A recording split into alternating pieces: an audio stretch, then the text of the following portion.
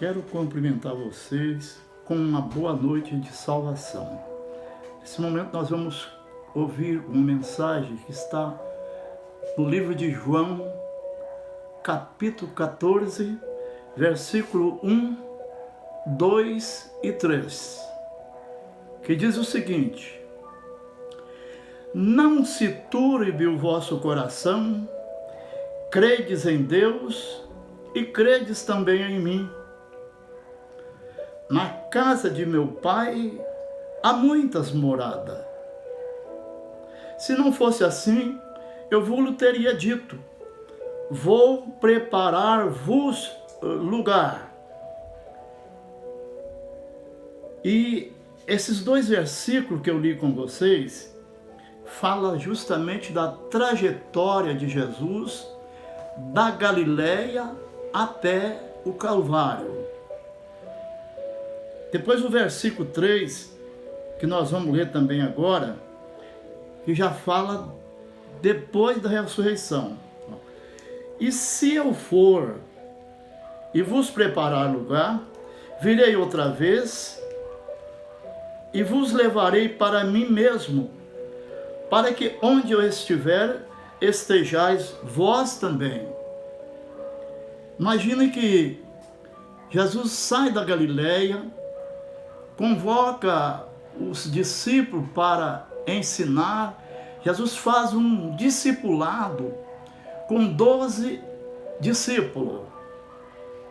E ele vai caminhando para Jerusalém e realizando milagres extraordinários. Você vê que na trajetória ele dá vista cego, ele cura leproso, ele ressuscita morto. E tudo ele fazia ensinando aos seus discípulos. E aqui no capítulo 14, um pouco antes, ele explica para os discípulos o que está profetizado, o que ele tem que cumprir. Ele explica para os discípulos que ele terá que ser condenado e morrer na cruz. E os discípulos não aceitam essa palavra. Eles não aceitam de maneira nenhuma. Eles se reúnem e dizem: olha, como é que pode?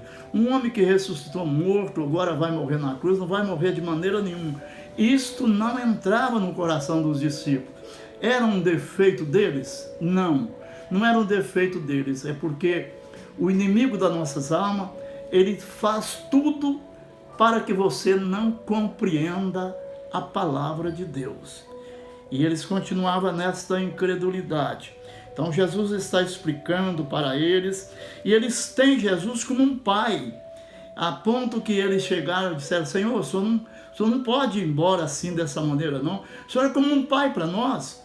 E Jesus disse: olha, eu vou, mas eu não vou deixar vocês órfãos, vocês não vão ficar abandonados, não. Eu vou enviar para vocês o Espírito Santo. Vocês vão ter sempre a companhia do Espírito Santo. Mas eles tinham aquela dúvida. Por que eles tinham aquela dúvida? Porque quando o Senhor diz que vou preparar-vos morada, vou preparar lugar e também a morada. E qual morada seria esta? Esta morada é o ser humano. Você que está me ouvindo é uma dessas moradas.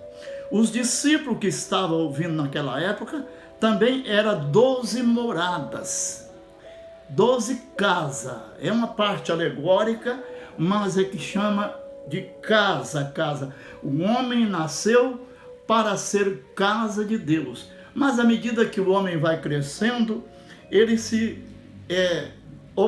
prefere caminhar para o lado mal do que para o lado bom. E o lado mal, ele acaba contraindo muitos maus conselheiros espiritual, né? Aquelas pessoas que ele se enche a sua casa de espíritos malignos.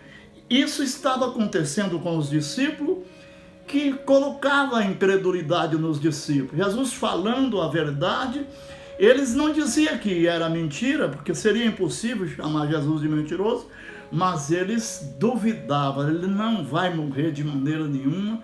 Por que isso? Porque eles estavam com a casa um pouco desmoronada.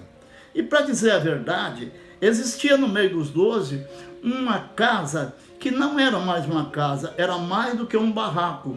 Judas Iscariote chegou a ter a sua casa desmoronada. Ele negou, ele entregou Jesus, vendeu Jesus por 30 moedas de prata e ele suicidou.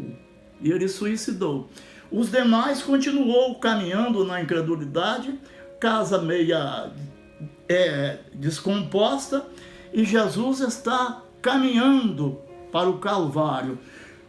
Porque no Calvário é justamente o lugar. Está escrito aqui no capítulo 14 e no versículo 2, que ele disse: vou preparar-vos lugar. O lugar é a cruz. E nós que somos as casas, os discípulos que são as casas, você que está me ouvindo, que também é uma casa. Oxalá que você seja uma casa que está habitando certos conselheiros que não são da parte de Deus. Conselheiro que te leva para o caminho errado, que te leva para o tóxico, que te leva para a briga, e a sua vida está uma vida de tristeza. Eu posso também te considerar como um barraco, não como uma casa. E muitos se tornam desta maneira e chegam até o suicídio. Mas por que essa palavra? Para que você troca estes inquilinos que está habitando em você e coloca dentro de você o Espírito Santo. Basta você dar ouvido à palavra de Deus. Tudo é pelo poder da palavra. E não é difícil você ouvir a palavra de Deus. Hoje, você encontra gente falando da palavra de Deus na rua, no trabalho, no rádio, alguém que te dá um folheto. Quando dá, lê o folheto, dá ouvido à palavra de Deus, porque esses maus moradores não vai ficar dentro da sua casa. Aliás, dentro do seu corpo. E os discípulos continuam nesta grande incredulidade. Jesus vai ao Calvário, morre na cruz, acontece um grande milagre no dia que ele morreu. A ele morrer, deu-se um terremoto, os sepulcros abriram, saíram mortos do sepulcro e entraram na Cidade Santa. Cidade Santa não é a Nova Jerusalém, é essa Jerusalém de hoje. Jerusalém terrena. Entraram na Cidade Santa e apareceram a muitos. Acredito que os discípulos devem ter visto pessoas ressuscitadas, mas mesmo assim eles continuam na incredulidade, porque eles estão sendo muito atormentados para não receber a verdade de Deus. Tanto é que Jesus morre, ele se esconde dentro de uma casa de medo de morrer também e continua acreditando que Jesus não vai ressuscitar. É outra incredulidade que o diabo coloca na vida deles. E eles ficam turrando naquilo, não creio que ele vai ressuscitar. Um belo dia, Jesus aparece onde eles estão, as portas estão fechadas, Jesus entra ali dentro e sauda, e diz: paz seja convosco. Eles olharam meio duvidoso, será que é ele mesmo? Será que é uma assombração?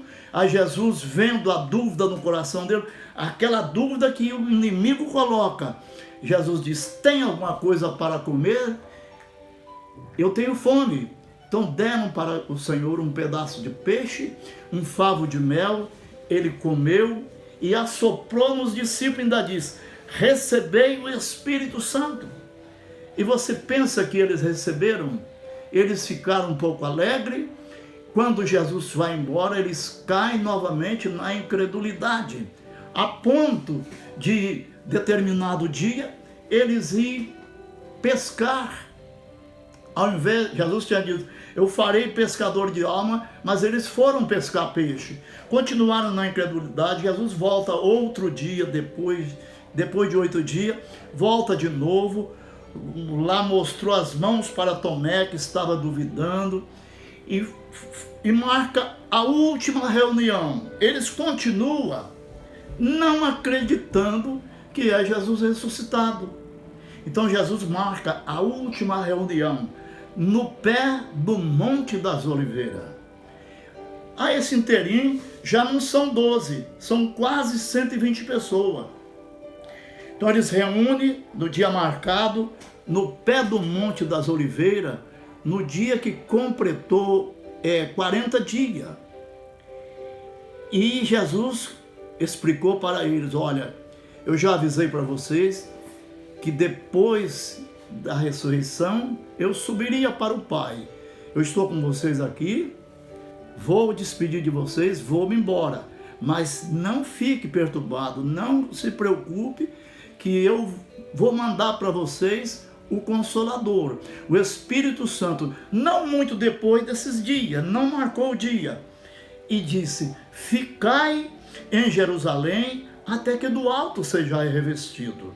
E nesse momento, Jesus começa a subir. Eles notam que o pé de Jesus sai da terra e ele vai subindo. E eles vão acompanhando e ouvindo Jesus dizendo, ficai em Jerusalém até que do alto sejais revestido de poder. Até que Jesus se torna bem pequeno, muito alto, eles estão olhando para cima e uma nuvem oculta Jesus. Ele dá escuta ele dizendo, já com voz bem distante, ficai em Jerusalém, até que do alto sejais revestido de poder. Mas eles continuaram em pé no Monte das Oliveiras, olhando para cima. Jesus então envia 2 anjos com vestes resplandecentes. Eles estão ali olhando para cima, de repente aquele barulho, né? Eu creio que talvez de asa de anjo. E os anjos pousaram do lado dele e disse, varões Galileu, por que estáis olhando para cima? Esse Jesus que vocês viram subir, ele vai voltar da mesma maneira que vocês viram subir. Mas faz o que ele mandou, fica em Jerusalém, porque ele vai mandar o Espírito Santo na vida de vocês. Os discípulos andavam com Jesus, viam os milagres, mas não tinha o Espírito Santo. Então, eles, nesse momento, a essa ordem dos anjos, eles dirigiram para Jerusalém. Lá em Jerusalém, foram morar numa casa da mãe de Marcos, e entrou ali dentro quase 120 pessoas. E está aguardando ali, reclamando, Senhor, nós estamos com saudade, o Senhor disse que mandava o Espírito Santo, o Senhor disse que mandava o Consolador, a gente está aqui, mas ainda estamos morrendo de saudade. Quando completou 10 dias, observe bem, soma 40 dias, com mais 10 dias, completa 50 dias. A palavra 50 é referente ao Pentecoste, caiu justamente no dia da festa do Pentecoste em Jerusalém. Eles estavam todos reunidos no mesmo lugar. Isso está registrado em Atos capítulo 2, versículo 1. Então, eles estavam todos reunidos no mesmo lugar e escutaram um barulho de um vento veemente e impetuoso. E aquele barulho encheu toda aquela casa. E o Senhor começou a dar o dom de visão para eles. Eles viram língua de repartida como que de fogo, e eles ficaram cheios do Espírito Santo. Jesus mandou o Espírito Santo acompanhado de dons espiritual. Um recebeu o dom de cura, outro recebeu o dom da palavra, e o povo que está na festa ficou muito maravilhado, porque viu que aquele povo estava numa alegria muito grande, porque o Espírito Santo, ele causa uma alegria, porque ao chegar o Espírito Santo, aqueles atormentadores desapareceu da vida dos discípulos. Ali então, eles estão verdadeiramente casa de Deus, aqueles quase 120 pessoas, não são mais morada de demônio, mas são morada de Deus. Cheios dos dons da palavra, o apóstolo Pedro, que antes tinha negado Jesus, se encheu tanto do poder de Deus que ele começou a pregar para aqueles estrangeiros. Existia estrangeiro de toda parte, existia da Arábia, da Capadócia, da Itália, de vários lugares, que não falava a língua judaica, mas ouvia os discípulos magnificando a Deus na língua da sua terra. E isso impactou aquele povo. E muitos começaram a chegar perto dessa casa, e Pedro, quando viu a multidão atento, Pedro parou para ouvir. A primeira coisa que ele ouviu foi foi pessoas que estavam habitando nele, e espíritos ali, que disse o seguinte, ó: estão todo mundo embriagado, todo mundo bêbado. Mas Pedro então replicou essa palavra: olha, é impossível que a essa hora do dia tem pessoa embriagada. Esse povo estão cheio do Espírito Santo. E imediatamente Pedro começa a pregar a palavra de Deus, e a pregação foi tão intensa, tão maravilhosa, que antes de Pedro terminar a mensagem, aqueles estrangeiros estavam cheios de alegria. Aquelas casas, alegoricamente, homens, casa, estava transformado em casa de Deus, que chegaram perto de Pedro e disse: Pedro, ô Galileu, como é que eu faço para me sentir isso que vocês estão sentindo? Aí Pedro disse: olha, crê no Senhor Jesus e recebereis o dom do Espírito Santo. E naquela pregação de Pedro, um homem que negou que era mal, ele ganha quase 3 mil pessoas com a mensagem que ele pregou. Então, ouvinte, isso que eu estou dizendo para você é para você virar a casa de Deus. Dá ouvido à palavra de Deus. Deus tem essa bênção. Deus quer morar dentro de você. Esses espíritos malignos que te levam para o tóxico, que te levam para as ruínas, para as brigas, isso vai sumir da tua vida. No livro de Hebreus, capítulo 11, versículo 6, está escrito que sem fé é impossível agradar a Deus. E como é que você alcança a fé? Ouvindo a palavra de Deus. É muito simples, você não paga nada. Eu creio que só de você andar na rua, você vai escutar a palavra de Deus. Alguém vai te dar folheto, alguém vai chegar perto de você e dizer: Jesus te ama. Quando disser assim, você fala: eu creio que ama, e pronto. Dá ouvido à palavra de Deus. Em Romanos, no capítulo 10, 17, a Bíblia diz que a fé vem pelo ouvir a palavra de Deus. Se você começa a ouvir a palavra de Deus, esses espíritos malignos já vão enfraquecendo. Quanto mais você der ouvido à palavra de Deus, mais esses espíritos malignos vão enfraquecendo. E o dia que você ouvir a palavra de Deus de verdade, Jesus imprime dentro de você o Espírito Santo. Está escrito em Efésios capítulo 1, no versículo 13. A voz, estou dizendo contigo que está me ouvindo agora, a voz, quando ouviste a palavra da verdade, o evangelho da vossa salvação, e tendo nele também crido, foste selado com o Espírito da promessa. Gente, a palavra de Deus é o livro de transformação.